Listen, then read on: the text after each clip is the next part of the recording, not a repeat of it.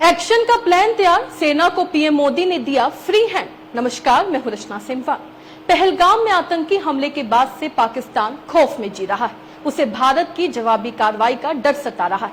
पाकिस्तान का ये भय वाजिब भी है, क्योंकि जिस तरह से हिंदुस्तान में तैयारियां चल रही हैं, उससे तो यही लग रहा है कि उस पर कभी भी एक्शन हो सकता है। खुद पाकिस्तान के एक मंत्री ने कहा है कि भारत अगले 24 से 36 घंटे के भीतर हमला कर सकता है। हो सकता है आज के दिन से ही पाकिस्तान की बर्बादी की शुरुआत हो और बीते 24 घंटों में दिल्ली में जो बैठकें चली हैं, उससे तो लगने भी लगा है कि भारत कभी भी जवाबी कार्रवाई कर सकता है। वहीं प्रधानमंत्री नरेंद्र मोदी ने मंगलवार यानी कल तीनों सेनाओं के प्रमुख एनएसए, अजीत डोभाल, रक्षा अधिकारियों के साथ बैठक की। पीएम मोदी ने पाकिस्तान पर एक्शन के लिए सेना को खुली छूट दे दी।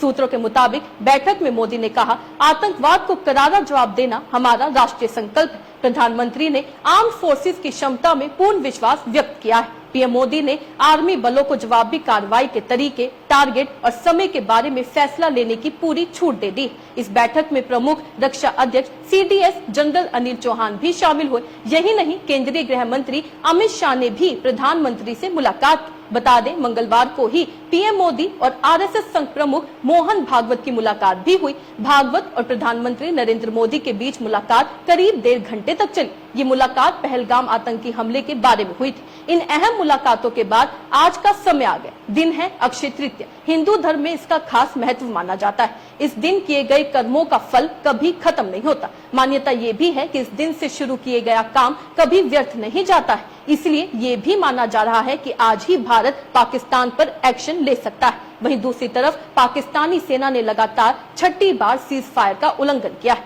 मंगलवार रात पाकिस्तान की ओर से लाइन ऑफ कंट्रोल पर बारूमुल्ला और कुपवाड़ा सेक्टर में फायरिंग की गई। पहलगाम आतंकी हमले ने पूरे देश को झकझोर कर रख दिया है। इस हमले में आतंकवादियों ने पर्यटकों को निशाना बनाया, जिसके बाद देश भर में आक्रोश देखा जा रहा है। सूत्रों के अनुसार भारत ने हमले के बाद अपनी खुफिया एजेंसियों को एक्टिव कर दिया है और सीमा पार आतंकी ठिकानों पर नजर रखी जा रही है। सेना ने जम्मू कश्मीर में अपनी चौकसी बढ़ा दी है और संदिग्ध गतिविधियों पर कड़ी निगरानी भी रखी जा रही है। इसके अलावा खुफिया जानकारी के आधार पर आतंकवादियों के खिलाफ ऑपरेशन शुरू किए जाने की संभावना भी है। इस हमले के बाद पीएम मोदी ने पहला बयान बिहार की धरती पर दिया था। उन्होंने मधुबनी में एक कार्यक्रम को संबोधित करते हुए कहा था कि इस हमले में शामिल आतंकवादियों और उनके आकाओं का पृथ्वी के अंतिम छोर तक पीछा करने और उन्हें उनकी कल्पना से परे कड़ी से कड़ी सजा देने का आह्वान किया गया है। पहलगाम हमला जम्मू कश्मीर में नागरिकों पर पिछले कई वर्षों में हुआ सबसे घातक हमला है, जिसे लेकर